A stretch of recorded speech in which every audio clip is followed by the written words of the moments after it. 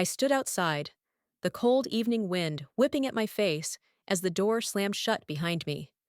My husband, ex-husband in my mind now, and his pregnant mistress stood on the other side, their smug faces pressed to the glass. "All this time, you couldn't give me what I wanted," he sneered before locking the door. "A family, a future. It was laughable, really. He wanted a future? With her?" They had forgotten the most important detail. The house, the cars, the business, all of it was mine. See, when we got married, I was the one with the successful interior design firm. I bought this house before I even met him. The sleek black SUV in the driveway, my bonus gift to myself last year. The silver sports car, bought outright in my name. But love had made me generous. I let him play the man of the house, let him fool himself into thinking he built this life. Tonight, reality was about to slap him harder than karma ever could. I walked down the driveway slowly, pulling out my phone.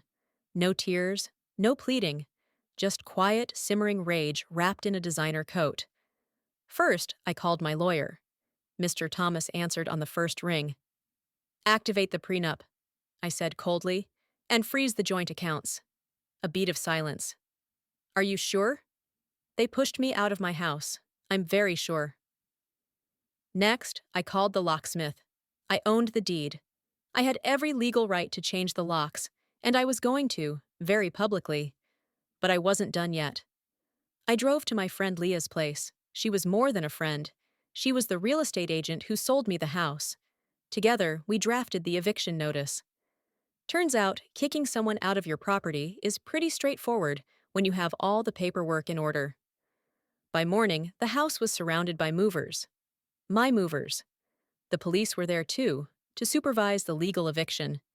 His precious pregnant mistress stood on the front lawn, wrapped in a blanket, mascara streaked down her face.